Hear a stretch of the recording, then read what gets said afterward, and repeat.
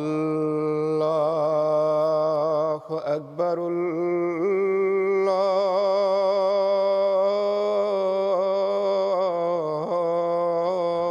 الله أكبر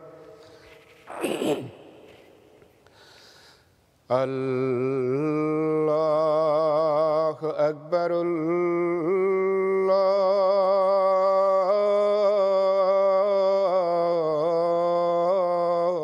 الله أكبر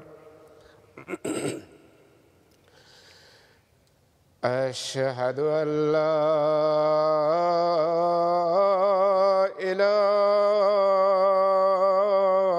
إله إلا الله أشهد أن لا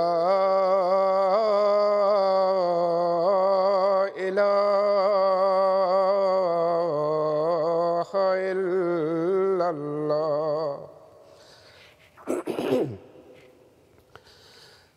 أشهد أن محمدًا رسول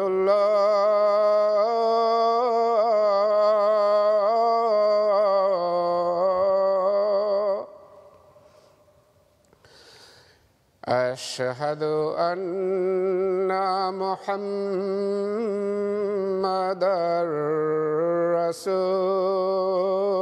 رسول الله حي على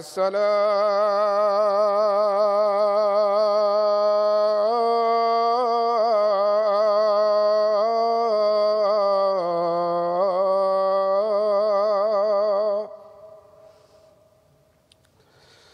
حي على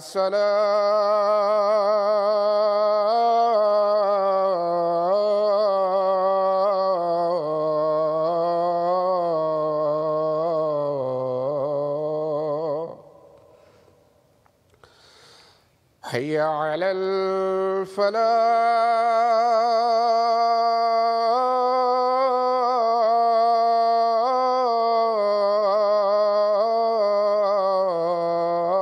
الفلاح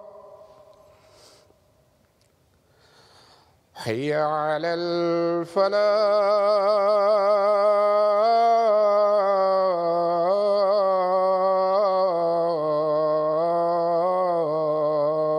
الفلاح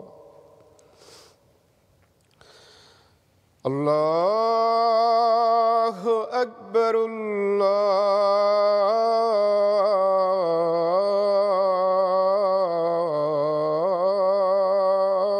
الله أكبر لا إله إلا الله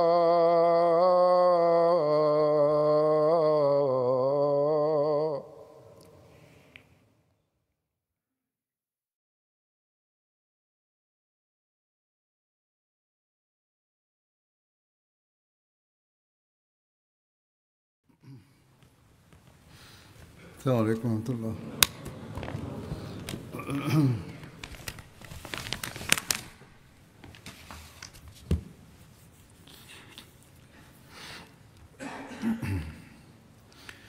أشهد أن لا إله إلا الله وحده لا شريك له وأشهد أن محمدًا عبده ورسوله أما بعد فأعوذ بالله من الشيطان الرجيم بسم الله الرحمن الرحيم الحمد لله رب العالمين الرحمن الرحيم مالك يوم الدين إياك نعبد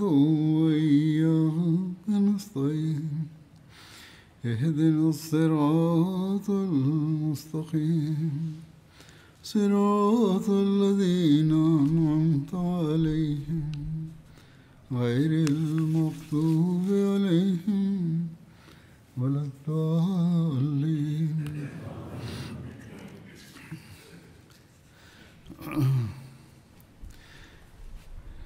گزشتہ جمعے میں نے 3 بڑے بتوں کو مسمار کرنے کے بارے میں بتایا تھا. اس کی مزید تفصیل یوں بیان ہوئی ہے. ایک سریہ حضرت سعد بن زید اشہلی کا تھا جو منع رمضان 8 ہجری میں بھیجا گیا منع کی طرف. رسول اللہ صلی اللہ علیہ وسلم نے 24 رمضان کو حضرت سعد بن زید کو منات بت کے انہدام کے لیے بھیجا تھا. اسے بحیرہ عامر کے ساحل پر قدیت کے قریب مشلل کے مقام پر نصب کیا گیا تھا. اسی وجہ سے اس کو سریہ مشلل بھی کہا جاتا ہے. حضرت سعد بن زید اشہلی 20 سواروں کے ہمراہ روانہ ہوئے. جب آپ وہاں پہنچے تو وہاں ایک مجاور بھی تھا. مجاور نے حضرت سعد سے پوچھا کہ تم کیا چاہتے ہو؟ انہوں نے کہا کہ منات کا گرانا. اس نے کہا کہ تم اور یہ کام یعنی یہ ناممکن ہے یہ ہو سکے تمہارے سے. حضرت سعد اس بت کی طرف بڑھے. راوی نے بیان کیا ہے کہ یہ پتہ نہیں حقیقت ہے یا بہرحال بعض دفعہ رنگ دینے کے لیے بیان کر دیتے ہیں کہ اس وقت ایک برہنہ سیاہ رنگ اور پراگندہ بالوں والی عورت باہر نکلی کمرے سے اور مجاور نے ان کو کہا اپنے بت کو کہا کہ اے منات اپنا غضب بھیج. حضرت سعد بن اشہلی نے اسے قتل کر دیا. کہتے ہیں اس مجاور کو قتل کر دیا. اگر یہ قتل کی روایت صحیح ہے تو ممکن ہے مجاور نے مقابلہ کی کوشش کی ہو اور مقابلہ میں مارا گیا. صرف بددعا دینے پر قتل کرنا یہ تو اسلامی تعلیم ہی نہیں ہے، نہ صحیح بھی نہیں لگتا. حضرت صلی اللہ علیہ وسلم کی عمومی ہدایات کے بھی خلاف ہے. بہرحال پھر آپ اور آپ کے ساتھی بت کی طرف متوجہ ہوئے اور اسے توڑ دیا. پھر اپنے ساتھیوں کے ہمراہ رسول اللہ صلی اللہ علیہ وسلم خدمت میں حاضر ہو گئے. ابن ہشام نے لکھا ہے کہ رسول اللہ صلی اللہ علیہ وسلم نے منات کی طرف ابو سفیان بن حرب کو روانہ کیا تھا. اور یہ بھی کہا جاتا ہے کہ یہ کام حضرت علی نے کیا تھا. البتہ واقدی اور ابن سعد کی روایت کے رائے کے مطابق حضرت سعد بن زید نے اس کو مسمار کیا تھا. اور باقی روایت بھی اگر واقدی کی ہے تو ہو سکتا ہے اس میں بعض باتیں زائد بھی کرتی ہوں. سریہ حضرت خالد بن ولید بطرف نخلا. یہ 25 رمضان 8 ہجری جنوری 629 عیسوی میں ہوا. 25 رمضان المبارک کو نبی اکرم صلی اللہ علیہ وسلم نے 30 افراد پر مشتمل ایک دستہ حضرت خالد بن ولید کی قیادت میں نخلے کی طرف روانہ فرمایا تاکہ وہاں قریش کا معروف بت جس کا نام عزا تھا اس کو گرا دیا جائے. نخلا یہ وادی ہے مکے کے مشرقی جانب ایک دن کی مسافت پر مکہ اور طائف کے درمیان واقع ہے.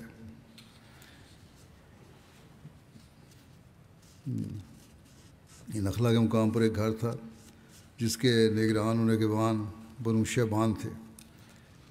یہ بنو ہاشم کے حلیف تھے. عزا قریش کا سب سے بڑا بت تھا. یہاں امام بہقی نے روایت کیا ہے کہ اس کا گھر 3 کیکر کے درختوں پر مشتمل تھا. یعنی ارد گرد کے کیکر کے درخت لگے ہوئے تھے، بیچ میں گھر تھا.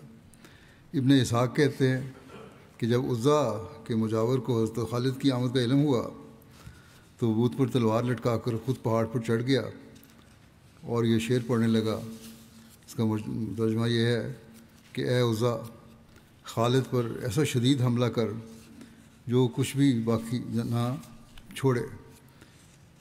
جنگی نقاب پہن اور آستین چڑھا. اے عزا، اگر تم اس شخص خالد کو قتل نہ بھی کرو تو اسے جلد واقع ہونے والے گناہ کا مستحق بناؤ یا اس سے اس کا انتقام لو. حضرت خالد نے نخلا پہنچتے ہی کیکر کے درختوں کو کاٹا اور اس گھر کو مسمار کیا جس میں عزا بت تھا. پھر واپس مکہ آ کر حضرت صلی اللہ علیہ وسلم کی خدمت میں رپورٹ پیش کی.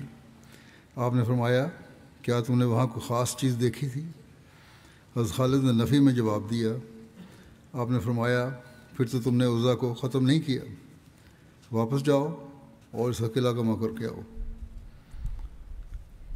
اس حکم کے سنتے ہی حضرت خالد تعمیل حکم کے لیے فوراً پلٹے. جب نگرانوں نے دوبارہ حضرت خالد کو دیکھا تو پہاڑ پر چڑھ گئے. وہ کہہ رہے تھے کہ اے عزا، انہیں ہلاک کر دو. اس بت خانے میں سے ایک بکھرے والوں والی سیاہ رنگ، یہاں بھی عورتیں رکھی ہوں گی انہوں نے، وہ نکلی اور حضرت خالد نے اس وقت یہ شعر پڑھ رہے تھے کہ اے عزا. اگر یہ شعر تھا عربی کا میں یہ تھا ارشاد، یا عزا کفرانک لا سبحانک انی رأیت اللہ قد احانک. اے عزا، میں تیرا انکار کرتا ہوں، تیری پاکیزگی بیان نہیں کرتا. میں نے دیکھا ہے کہ اللہ نے تجھے رسوا کر دیا. اس کے بعد آپ نے واپس پہنچ کر حضرت صلی اللہ علیہ وسلم کی خدمت میں یہ رضایت پیش کی تو حضرت صلی اللہ علیہ وسلم نے فرمایا، نعم تلک العزا وقد یائست ان توبد ببلادکم ابدا. ہاں، یہ وہ عزا ہے، وہ مایوس ہو گئی ہے کہ تمہارے شہروں میں اس کی اب کوئی بھی پرستش نہ ہوگی. پھر سریہ حضرت عمر بن عاص بطرف سوا، اس کا ذکر ہے، جو یہ بھی رمضان 8 ہجری میں ہوا. عزا بت کے انہدام کی مہم کے ساتھ ہی رسول اللہ صلی اللہ علیہ وسلم نے حضرت عمر بن عاص کو سوا بت کے قلعہ کما کی خاطر بھجوایا. آپ کے ساتھ کچھ ساتھی بھی تھے مگر ان کی تعداد مذکور نہیں. سوا مدینے سے مغربی جانب ساحل سمندر پر روحات میں بنی حذیل کا بت تھا اور یہ جگہ مکے سے 3 میل کی مسافت پر تھی. اس بت کی شکل ایک عورت کی تھی اور لوگ اس کی تعظیم کے ساتھ ساتھ اس کا طواف بھی کرتے تھے. اس کے مجاور بنو لایان تھے جو حذیل ہی کی ایک شاخ ہے. قرآن کریم میں کچھ بتوں کا نام لے کر ذکر کیا گیا ہے.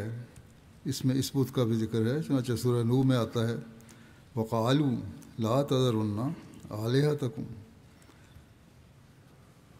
لَا تَذَرُنَّ آلِهَتَكُمْ وَلَا تَذَرُنَّ وَدًّا وَلَا سُوَاعًا وَلَا يَغُوثَ وَيَعُوقَ وَنَسْرًا. اور انہوں نے کہا، ہرگز اپنے معبودوں کو نہ چھوڑو اور نہ ود کو چھوڑو اور نہ سوا کو اور نہ ہی یغوث اور یعوق اور نصر کو. حضرت ابن عباس سے روایت ہے کہ وہ بت جو کہ قوم نوح میں تھا وہ بعد میں عربوں میں آ گئے، اور ود جو بت تھا وہ قلب قبیلے کا تھا جو دومت الجندل میں آباد تھا، اور جو سوا تھا وہ حذیل قبیلے کا تھا، اور یغوث مراد قبیلے کا تھا. پھر وہ بنو غطیف کا ہو گیا جو سبا شہر کے پاس جرف میں رہتا تھا، اور جو یعوق تھا وہ حمدان قبیلے کا تھا، اور جو نصر تھا وہ ہمیر کا تھا جو ذی القلاع کی اولاد تھی.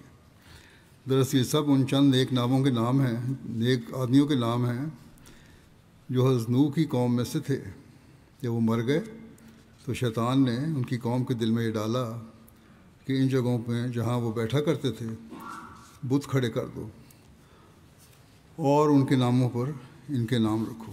چنانچہ انہوں نے ایسا ہی کیا اور انہیں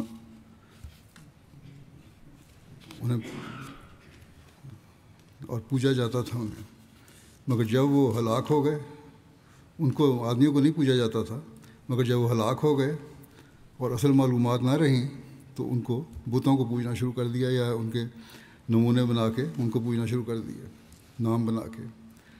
حضرت عمرو بن عاص جب روحات کے مقام پر سوا کے پاس پہنچے تو وہاں انہیں اس کا مجاور ملا۔ آپ نے اسے کہا کہ وہ رسول اللہ صلی اللہ علیہ وسلم کے حکم سے اس بت کو توڑنے کے لیے آئے ہیں۔ اس نے جواب دیا کہ تم اسے توڑنے پر ہرگز قادر نہیں ہوگے۔ آپ نے وجہ پوچھی تو اس نے جواب دیا کہ تم بہرحال روک دیے جاؤ گے۔ آپ نے کہا تم پر افسوس، کیا یہ سن سکتا ہے اور دیکھ سکتا ہے؟ پھر آپ نے آگے بڑھ کر اسے توڑ دیا اور اپنے ساتھیوں سے کہا کہ وہ اس کوٹری کو بھی مسمار کر دیں جو اس کے ساتھ بنی ہوئی تھی۔ انہوں نے اسے بھی مسمار کر دیا۔ پھر آپ نے اس مجاور سے پوچھا، اب بتاؤ۔ اس نے اپنے معبود کا یہ حال دیکھا تو فوراً بول اٹھا، میں اللہ کی اطاعت کرتا ہوں اور اسلام قبول کرتا ہوں۔ اس حوالے سے بھی اس بات کی تصدیق ہوتی ہے کہ پہلے جو مجاور کو یا کسی کو قتل کرنے کا جو قصہ بیان ہوا ہے وہ بہرحال محل نظر ہے۔ سریہ حضرت خالد بن ولید بطرف بنو جزیمہ، یہ بھی شوال 8 ہجری کا ہے۔ فتح مکہ کے بعد جب حضرت خالد بن ولید عزا بت کو گرا کر واپس تشریف لائے تو حضرت صلی اللہ علیہ وسلم نے بنو جزیمہ کی طرف بھیجا۔ یہ قبیلہ بنو کنانہ کی شاخ تھا جو مکے کے یلملم کی جانب آباد تھا۔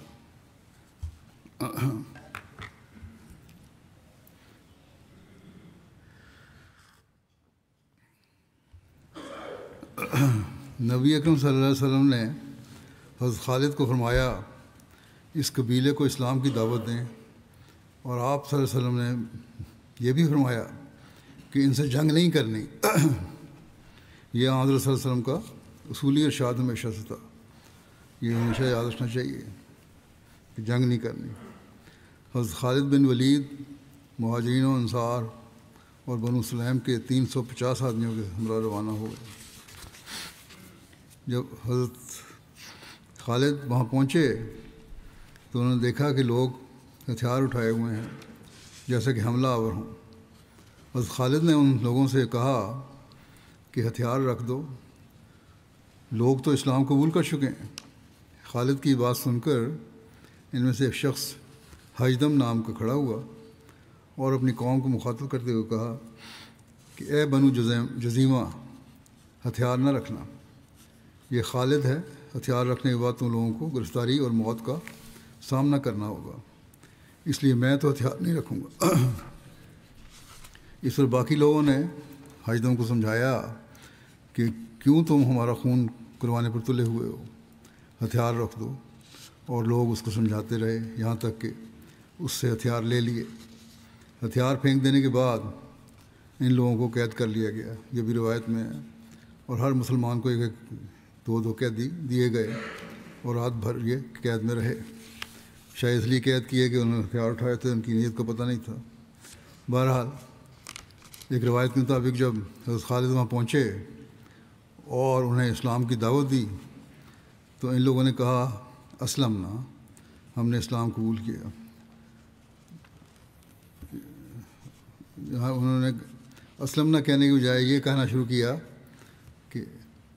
کہ سبانا، کہ ہم نے دین چھوڑ دیا، ہم نے اپنا دین چھوڑ دیا۔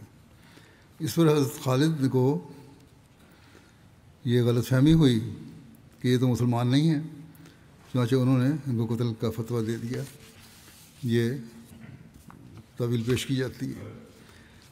ابن سعد نے بیان کیا کہ جب خالد ان کے پاس پہنچے تو انہوں نے لوگوں سے پوچھا کہ تم کس دین پر ہو؟ انہوں نے جواب دیا کہ ہم مسلمان ہیں۔ نماز پڑھتے ہیں وغیرہ۔ حضرت خالد نے پوچھا کہ پھر تم نے ہتھیار کیوں اٹھا رکھے ہیں؟ وہ بولے کہ ہمارے اور عرب کی ایک قوم کے درمیان دشمنی چلی آ رہی ہے، ہمیں یہ اندیشہ ہوا کہ وہی دشمن قوم ہے، اس لیے ہتھیار پکڑ لیے۔ معلوم ہوتا ہے کہ اس کیفیت سے حضرت خالد محتاط ہو گئے اور ان کے دل میں ان کے متعلق کچھ شکوک و شبہات پیدا ہو گئے، اگر اس کی کوئی توجیہ دینی بھی ہے تو۔ بارہ روایات سے معلوم ہوتا ہے کہ یہ قیدی نماز ہی پڑھتے تھے اور مسلمان ہی دکھائی دیتے تھے، لیکن عین ممکن ہے کہ ان قیدیوں میں سے کچھ قیدی ایسے ہوں گے جیسے خود حشدم اور اس کی ہاں میں ہاں ملانے والے، جو سرکشی کا مظاہرہ کرنے والے تھے، اور حضرت خالد ان کی طرف سے مطمئن نہیں ہو رہے تھے، اور کچھ سوانہ کہنے نے حضرت خالد کو چکنا کر دیا۔ اس لیے انہوں نے ایک رات کے آخری پہر میں یہ فتویٰ دے دیا کہ ان قیدیوں کو قتل کرنا ہی مناسب معلوم ہوتا ہے، جس پر کچھ مسلمانوں نے اپنے قیدیوں کو قتل کر دیا، لیکن مہاجرین اور انصار کے گروہ نے جو پرانے مسلمان تھے انہوں نے خالد کی اس رائے سے اتفاق نہیں کیا اور اپنے قیدیوں کو قتل نہیں کیا۔ انصار کے سردار ابو اسید ساعدی حضرت خالد بن ولید کے پاس گئے اور انہوں نے بتایا کہ یہ مسلمان ہیں، ان کو قتل کرنا درست نہیں۔ حضرت عبداللہ بن عمر اور حضرت سالم مولا ابو حذیفہ نے بھی حضرت خالد کی رائے سے اتفاق نہ کیا اور اپنے دوسرے ساتھیوں کو اپنے اپنے قیدی قتل کرنے سے منع کیا۔ ان رہا ہونے والے قیدیوں میں سے ایک قیدی نے مدینہ پہنچ کر رسول کریم صلی اللہ علیہ وسلم کی خدمت میں صورتحال بیان کی، تو آپ نے پوچھا کہ کسی نے خالد کی بات سے اختلاف نہیں کیا یا روکا نہیں؟ اس نے بتایا کہ ایک سفید رنگت والا درمیانی قد کا شخص تھا اور ایک لمبے قد کا شخص تھا، اور ان دونوں نے خالد سے بات کی تھی، اور ایک نے ذرا تیز لہجے میں بات کی تھی۔ حضرت عمر اس وقت مجلس میں موجود تھے۔ انہوں نے رسول اللہ صلی اللہ علیہ وسلم کی خدمت میں عرض کی کہ حضور، ایک تو میرا بیٹا عبداللہ تھا، یعنی حضرت عبداللہ بن عمر لمبے قد کے، اور دوسرا سالم مولا ابو حذیفہ تھا۔ حضرت صلی اللہ علیہ وسلم کو جب اس سارے واقعے کا علم ہوا تو آپ کو بہت دکھ ہوا۔ آپ نے فرمایا کہ میں نے خالد کو انہیں قتل کرنے کا حکم نہیں دیا تھا، میں نے تو صرف انہیں اسلام کی طرف دعوت دینے کا کہا تھا۔ اور پھر آپ صلی اللہ علیہ وسلم نے اپنے دونوں ہاتھ اٹھائے اور 2 مرتبہ خدا کے حضور عرض کی، اللہم انی ابرأ الیک مما صنع خالد، کہ اے اللہ، خالد نے جو کچھ کیا ہے میں تیرے حضور اس سے بیزاری کا اظہار کرتا ہوں۔ اسی طرح آپ نے خالد بن ولید سے ناراضگی کا اظہار فرمایا، کیوں اتنی جلد بازی سے کام لیا گیا، اچھی طرح تحقیق کرنی چاہیے تھی۔ پھر آپ صلی اللہ علیہ وسلم نے حضرت علی کو بنو جزیمہ کی طرف ان کے مقتولین کی دیت ادا کرنے اور سارے معاملے کی تحقیق کرنے کے لیے بھیجا۔ حضرت علی نے وہاں جا کر تمام مقتولین کے ورثاء کو خون بہا ادا کیا، اور ان کے جو اموال مسلمانوں نے لیے تھے وہ سب انہیں واپس دیے، یہاں تک کہ لکڑی کا وہ برتن بھی واپس کیا جس میں کتا پانی پیتا تھا۔ سب کو دیت وغیرہ کی رقوم دینے کے بعد حضرت علی کے پاس کچھ مال بچ گیا، تو آپ نے بنو جزیمہ کے لوگوں سے پوچھا کہ کوئی ایسا شخص رہ گیا ہو جس کے کسی نقصان کا ازالہ نہ ہوا ہو؟ سب نے کہا کہ نہیں۔ پھر حضرت علی نے بچا ہوا مال بھی انہی لوگوں کو دے دیا اور کہا کہ میں یہ مال رسول اللہ صلی اللہ علیہ وسلم کی طرف سے بطور احتیاط دے رہا ہوں، تاکہ اس ممکنہ نقصان کا بھی ازالہ ہو جائے جسے نہ اللہ کا رسول جانتا ہے اور نہ تم جانتے ہو۔ حضرت علی واپس تشریف لائے اور حضرت صلی اللہ علیہ وسلم کی خدمت میں ساری رپورٹ پیش کی، اور یہ بھی بتایا کہ ان کی چھوٹی سے چھوٹی چیز بھی ان کو لوٹا دی گئی ہے، اور باقی بچا ہوا مال بھی ان کو دے دیا ہے۔ تو اس پر نبی کریم صلی اللہ علیہ وسلم بہت خوش ہوئے اور حضرت علی سے فرمایا، اصبتا و احسنتا، تو انہوں نے بالکل ٹھیک کیا اور بہت اچھا کیا۔ اس واقعے سے قبل حضرت صلی اللہ علیہ وسلم نے ایک خواب بھی دیکھا تھا، اس کا سیرت ابن ہشام میں ذکر ہے کہ آپ نے فرمایا کہ میں نے خواب دیکھا کہ میں نے حیث کھجور پنیر اور گھی سے ملا ہوا ایک کھانا ہے، اس کا ایک لقمہ لیا تو مجھے اس کا ذائقہ لذیذ لگا، لیکن جب میں اس کو نگلا تو اس کا کچھ حصہ میرے حلق میں پھنس گیا۔ پھر علی نے ہاتھ ڈال کر اس کو نکالا۔ حضرت ابوبکر نے اس کی تعبیر کرتے ہوئے عرض کیا، یا رسول اللہ صلی اللہ علیہ وسلم، یہ آپ کے بھیجے ہوئے سرایہ میں سے ایک سریہ ہے جسے آپ روانہ کریں گے۔ اس کی کچھ چیزیں تو آپ کو پسند آئیں گی اور کچھ قابل اعتراض ہوں گی، پھر آپ علی کو روانہ کریں گے اور وہ اس میں آسانی کر دیں گے، یعنی معاملہ کو درست کر دیں گے۔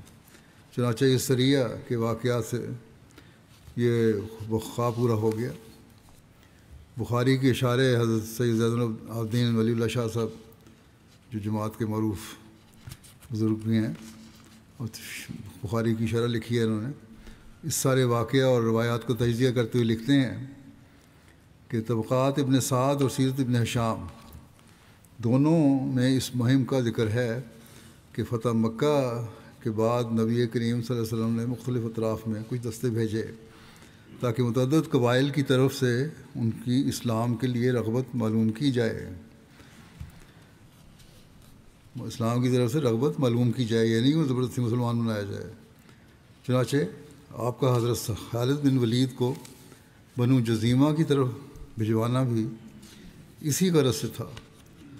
طبقات ابن سعد میں اس امر کی ان الفاظ سے صراحت ہے کہ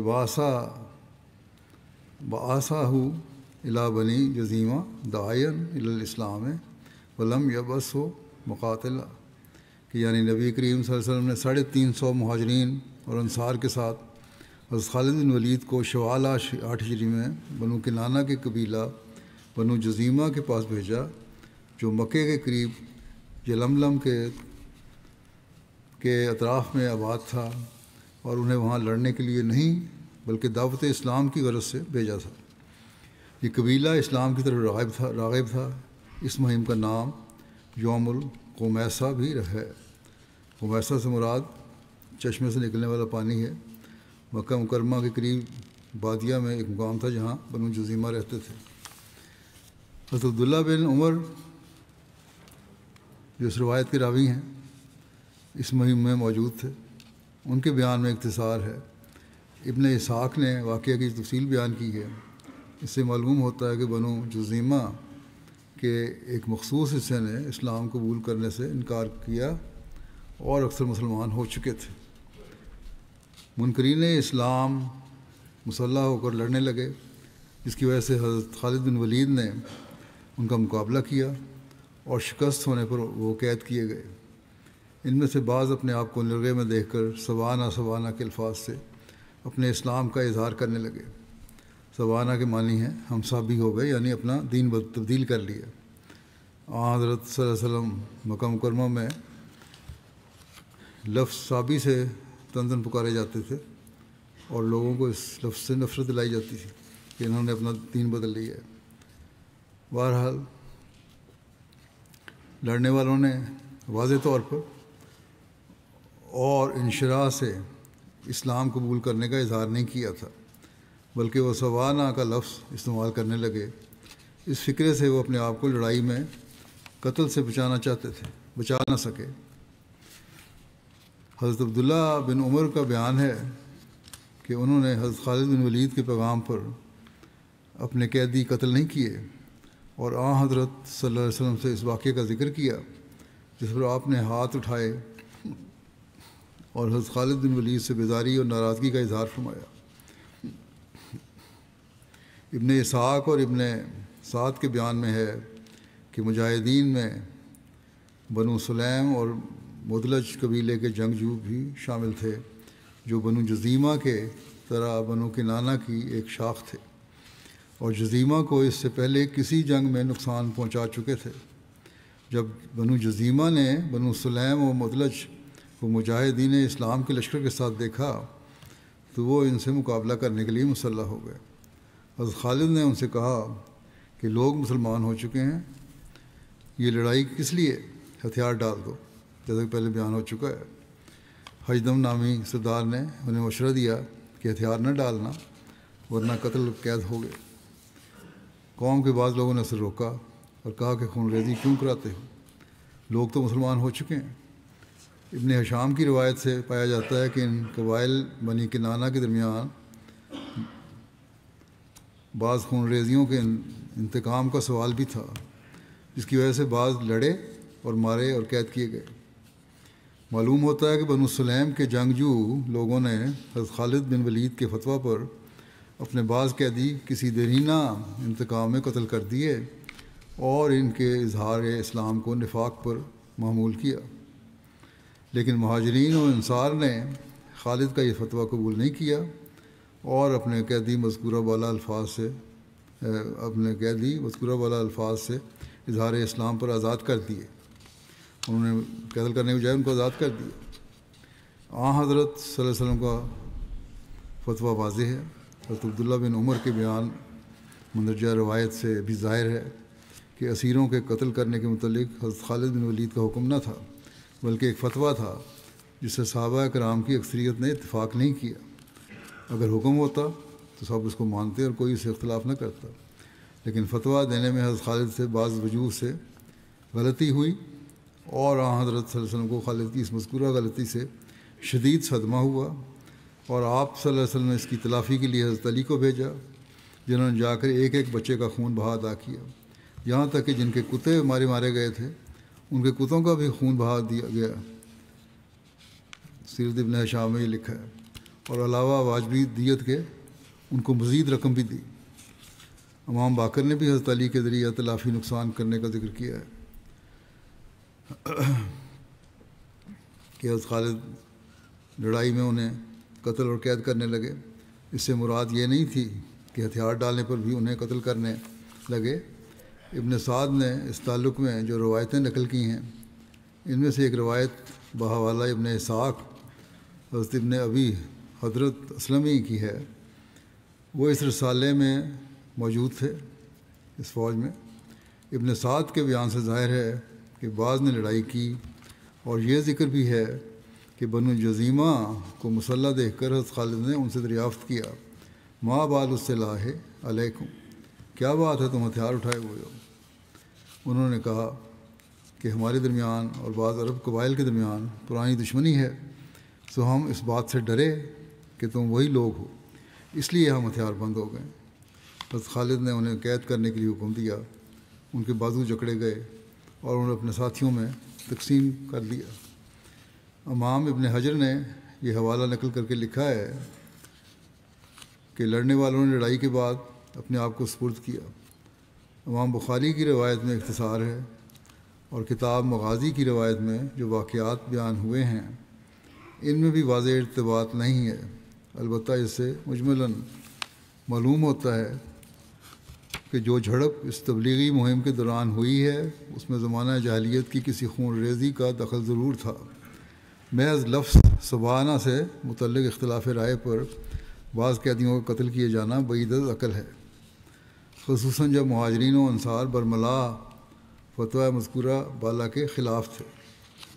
خطابی کہتے ہیں کہ نبی کریم صلی اللہ علیہ وسلم کے اس فکرے سے کہ اللہم انی ابرأ الیک مما صنع خالد، ظاہر ہے کہ آپ نے فیصلہ میں حضرت خالد کی جلد بازی اور لفظ سبانہ سے متعلق عدم تحقیق کو برا منایا۔ حضرت خالد کا فرض تھا کہ وہ پوری طرح معلوم کر لیتے کہ لفظ سبانہ کہنے والوں کی اس سے کیا مراد ہے۔ امام باقر کی روایت میں ہے کہ انہوں نے کہ حضرت صلی اللہ علیہ وسلم نے حضرت علی رضی اللہ عنہ کو بلایا اور ان سے فرمایا کہ ان لوگوں کے پاس جائیں اور جاہلیت کی بات اپنے قدموں میں مسل دیں۔ چنانچہ وہ گئے اور انہوں نے ایک ایک کی دیت دی۔ اس روایت سے ظاہر ہے کہ درینہ کینہ و بغض و انتقام واقعہ قتال کے پیچھے کار فرما تھا۔ جب آپ نے کہا کہ ماضی کی باتوں کو مسل دو، تو اب وہ پتہ لگ گیا تھا کہ کوئی پرانا کینہ ہے ان کے دلوں میں، اور اسی وجہ بنا ہے قتل کی۔ حضرت صلی اللہ علیہ وسلم جب کوئی مہم روانہ فرمائی، اسے یہی ہدایت فرمائی کہ لڑائی میں جلدی نہ کرنا، آہستگی اور نرمی اختیار کی جائے اور مقابلہ کرنے سے قبل دعوت اسلام ہو، اس کے احکام واضح کیے جائیں تا حجت پوری ہو، اور جہاں سے اذان سنائی دے وہاں حملہ نہ ہو، مذکورہ بالا واقعہ میں خود قبیلہ بنو جزیمہ کی طرف سے اسلام قبول کرنے کا پیغام پہنچا تھا، جس پر مذکورہ بالا مہم اس صراحت کے ساتھ روانہ کی گئی کہ اس سے مقصود دعوت اسلام ہے، لڑائی نہیں۔ چنانچہ طبقات ابن سعد میں ہے کہ جب حضرت خالد بن ولید بنو جزیمہ کے پاس پہنچے تو انہوں نے ان سے دریافت کیا کہ تم کون ہو؟ انہوں نے کہا مسلمان، ہم نماز پڑھتے ہیں اور محمد صلی اللہ علیہ وسلم کو سچا ماننا ہے، اپنے آنگنوں میں مسجدیں بنائی ہیں اور ان میں اذانیں دی ہیں۔ حضرت خالد نے پوچھا پھر یہ ہتھیار کیسے؟ انہوں نے کہا ہمارے اور عربوں کی اور ایک قوم کے درمیان عداوت ہے، ہمیں اندیشہ ہوا کہ تم لوگ وہی نہ ہو۔ مذکورہ بالا وضاحت کے بعد ان کے ساتھ جنگ کسی صورت میں جائز نہیں تھی۔ معلوم ہوتا ہے کہ یلملم کے اطراف میں قیام کے اثناء قدیمی عداوت کی چنگاری سلگی ہے، جس سے ایک فریق کے ساتھ لڑائی کی صورت پیدا ہوئی اور اس کے بعد جنگجو افراد کی طرف سے سوانہ سے اظہار اسلام کرنے پر ان کی جان بخشی نہیں ہوئی، اور حضرت خالد بن ولید امیر جیش جو امیر لشکر تھے ہونے کی وجہ سے زیر تاب آئے۔ ابن ہشام نے حضرت خالد اور حضرت عبد الرحمن بن عوف کے اختلاف اور آپس کی ناراضگی کا بھی ذکر کیا ہے جو اس موقع پر دونوں کے درمیان ہوئی۔ حضرت عبد الرحمن نے ان سے کہا عملتا امر الجاہلیت فی الاسلام، کہ آپ نے اسلام میں جاہلیت والی بات کی ہے؟ تو حضرت خالد نے انہیں جواب دیا انما اطاعتا ابی کا، تو نے اپنے باپ کا انتقام لیا ہے، مجھے یہ بات کہہ کے۔ حضرت عبد الرحمن نے جواب دیا یہ درست نہیں، کیونکہ میں اپنے باپ کے قاتل کو مار کر بدلہ لے چکا ہوں، لیکن آپ نے اپنے چچا فاقہ بن مغیرہ کا بدلہ لیا ہے۔ اس پر جھگڑے سے دونوں ایک دوسرے سے بگڑے، حتیٰ کہ رسول اللہ صلی اللہ علیہ وسلم کو اس ناراضگی کا علم ہوا تو آپ نے خالد سے فرمایا میرے صحابہ سے متعلق ایسا خیال نہ کرو، وہ خدا اگر احد جتنا سونا بھی تمہیں مل جائے، یہ ابتدائی صحابہ تھے، اگر احد جتنا سونا بھی تمہیں مل جاتا اور وہ اللہ کی راہ میں خرچ کر دو تو بھی میرے صحابہ میں کسی شخص کا مقام نہیں پا سکتے جو انہیں صبح شام ذکر الہی سے حاصل ہوتا ہے۔ سیرت ابن ہشام میں ابن اسحاق کی یہ روایت بھی موجود ہے اور اس میں ذکر ہے کہ فاقہ بن مغیرہ مخزومی، اوف بن عبد اوف زہری اور عفان بن ابی العاص یمن کی طرف تجارت کی طرف گئے اور واپسی پر ایک جزیمی شخص کا مال جو یمن میں مر گیا تھا لائے تا اس کے وارثوں کو دیا جائے۔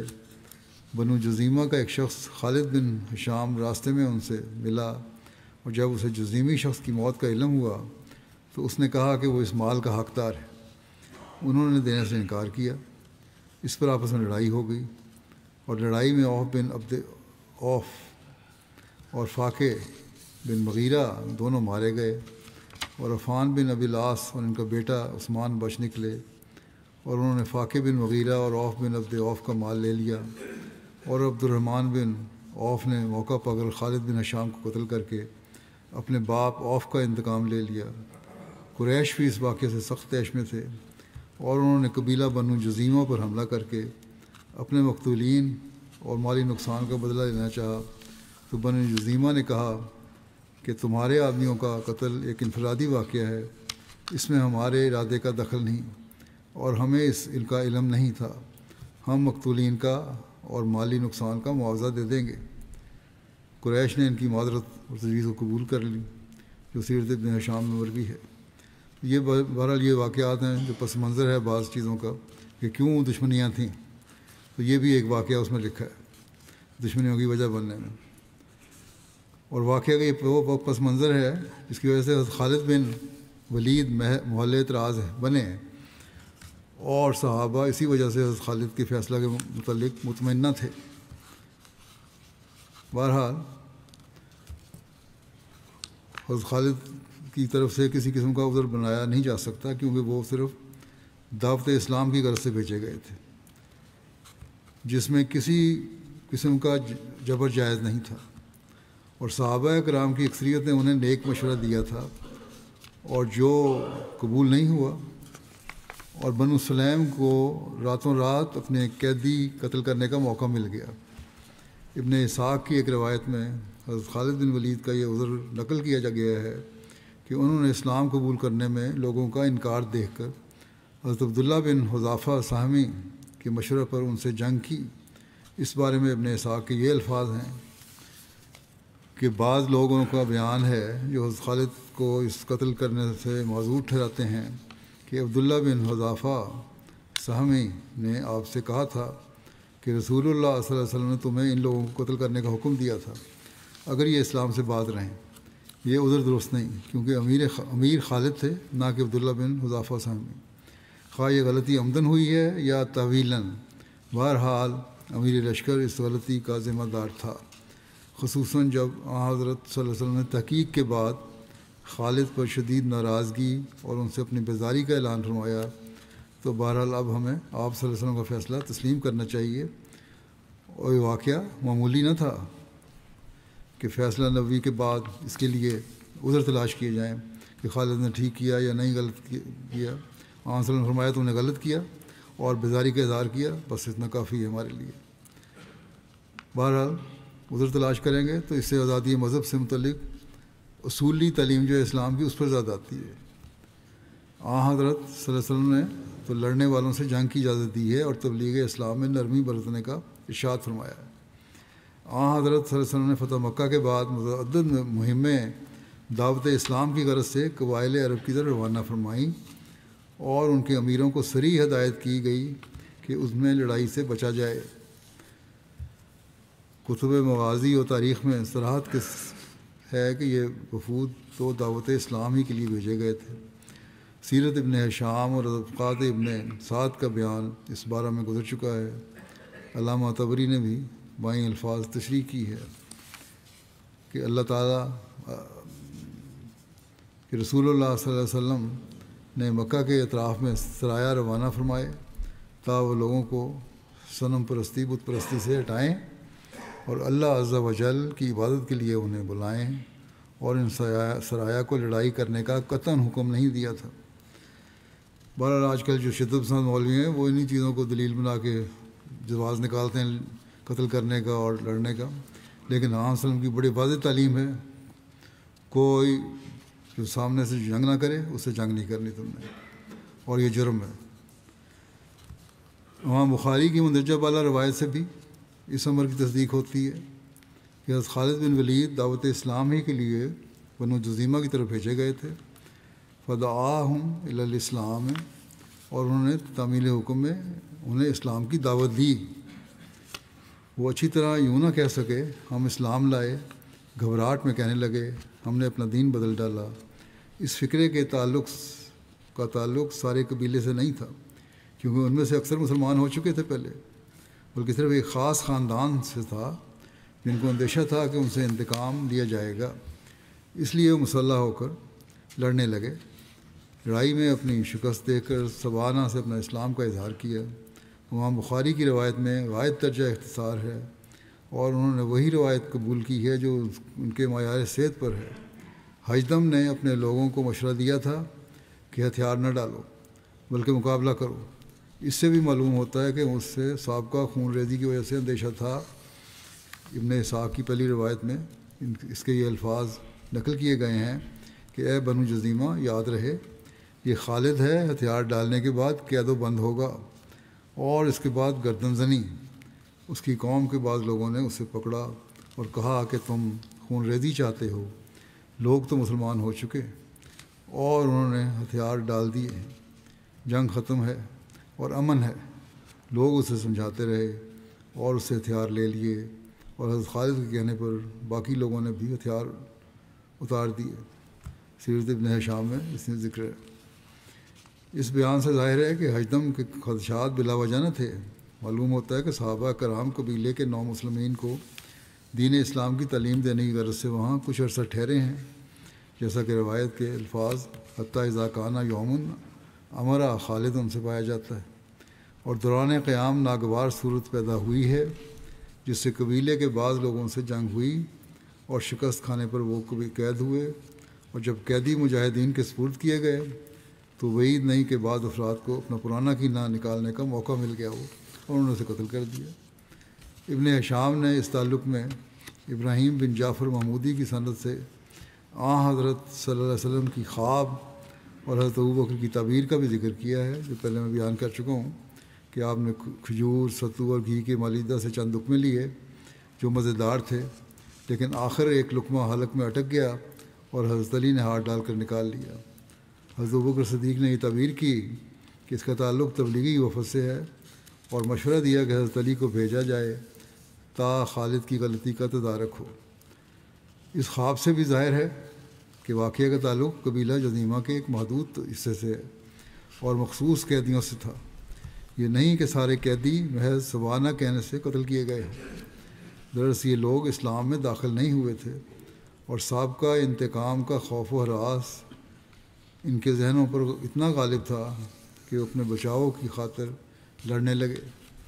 سلیم بن منصور اور مدلج بن مرہ کے بعض افراد کی طرف سے جو خالد کے لشکر میں شامل تھے، انہیں انتقام لیے جانے کا اندیشہ تھا۔ چنانچہ سلیم قبیلے کے افراد ہی تھے جنہوں نے اپنے قیدی رات کو قتل کر کے اپنا بدلہ لے لیا۔ مہاجرین و انصار میں سے کسی نے اپنے قیدی قتل نہیں کیے، بلکہ انہیں آزاد کر کے حضرت صلی اللہ علیہ وسلم کے ارشادات اور آپ کے اسوہ حسنہ پر عمل کیا۔ یہ تشریح بخاری کی ولی اللہ شاہ صاحب نے بھی لکھی ہے، اور مزید آپ نے لکھا ہے کہ حضرت ولی اللہ کے یہ نوٹ بھی لکھا ہے بڑا عالمانہ کہ یہ اچھی طرح واضح ہو جاتا ہے۔ ولی اللہ شاہ صاحب نے فرماتے ہیں، لکھتے ہیں کہ یہ اچھی طرح واضح ہو جاتا ہے کہ حضرت خالد بن ولید کی کوئی بدنیتی شامل نہ تھی۔ ان سے ایک اجتہادی غلطی ہوئی اور جلد بازی میں انہوں نے ایک فیصلہ کیا، اور بعد میں جو صورتحال ہوئی بطور امیر لشکر کے، اس کی ذمہ داری ان کی بنتی تھی۔ اس وجہ سے حضرت صلی اللہ علیہ وسلم حضرت خالد سے ناراض بھی ہوئے اور خدا کے حضور اپنے بیزاری کا اظہار بھی فرمایا، اور جب آپ صلی اللہ علیہ وسلم نے سارے معاملہ کی تحقیق فرمائی تو یہی ثابت ہوا کہ کسی غلط فہمی کی بنا پر یہ قتل ہوئے ہیں۔ تبھی آپ صلی اللہ علیہ وسلم نے قصاص کے بجائے دیت دیے جانے کا فیصلہ فرمایا۔ حضرت خالد بن ولید کی گزارشات اور معذرت پیش کرنے کے بعد نبی صلی اللہ علیہ وسلم نے خالد کو نہ صرف معاف فرما دیا، یہ کہنا کہ ان کو سزا دی تھی اور دعا کی تھی اس لیے بہت ناراضگی رہی آخر تک، نہیں، شاہ صاحب لکھتے ہیں کہ انہوں نے خالد کو معاف فرما دیا، بلکہ چند ہی دنوں بعد غزوہ حنین کے لیے تیار کیے جانے والے لشکر کے ہراول دستے اور گھڑ سواروں کے دستے کا نگران اور سالار حضرت خالد کو مقرر فرمایا۔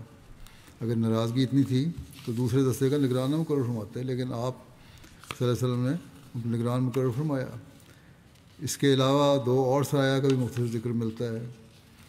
سریہ یلملم، حضرت صلی اللہ علیہ وسلم نے حضرت حشام بن عاص کی قیادت میں 200 افراد پر مشتمل یہ سریہ مکہ کے جنوب مشرق میں واقعہ یلملم کی طرف بھیجا، جو مکہ اور طائف کے درمیان 2 راتوں کے فاصلے پر واقع ہے۔ سریہ ارنا، یہ عرفات کے سامنے ایک وادی ہے۔ بیان کیا جاتا ہے کہ نبی کریم صلی اللہ علیہ وسلم نے حضرت خالد بن سعید بن عاص کو 300 افراد کے لشکر کا امیر بنا کر اس طرف بھیجا تھا۔ بہرحال اس سرایہ کا ذکر محمد بن عمر واقدی نے کیا ہے، اس کے علاوہ کسی اور معروف سیرت نگار نے اسے بیان نہیں کیا، اس لیے مول نظر ہے کہ یہ صحیح بھی ہے کہ نہیں، اور نہ ہی مزید کوئی تفصیل اس کی ملتی ہے۔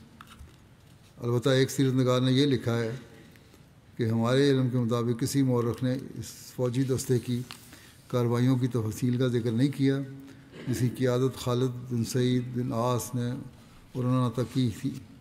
ہاں، اس بات میں کوئی اختلاف نہیں پایا جاتا کہ اسے حذیل قبیلہ کی طرف بھیجا گیا تھا جو ارنا میں قیام پذیر تھے۔ بہرحال اس سے حضرت صلی اللہ علیہ وسلم کی سیرت کا بھی بخوبی علم ہوتا ہے، کہیں بھی آپ نے سختی نہیں کی، اور یہ الزام بھی جو دشمنان اسلام لگاتے ہیں غلط ہے کہ جنگوں میں آپ نے قتل کروایا۔ آپ نے تو بڑی ناراضگیوں کا اظہار فرمایا جہاں غلطی سے بھی کچھ ہوا۔ تو آن وسلم کی باقی غزوات اور سرائے کا ذکر انشاءاللہ آئندہ ہوگا۔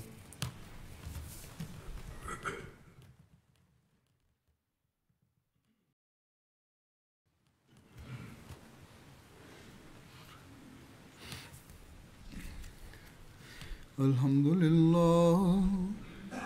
لله نحمده ونستعينه ونستغفره ونؤمن به ونتوكل عليه ونعوذ بالله من شرور أنفسنا ومن سيئات أعمالنا من يهده الله فلا مضل له ومن يضلل فلا هادي له ونشهد أن لا إله إلا الله ونشهد أن محمدا عبده ورسوله عباد الله رحمكم الله إن الله يأمر بالعدل والإحسان وإيتاء ذي القربى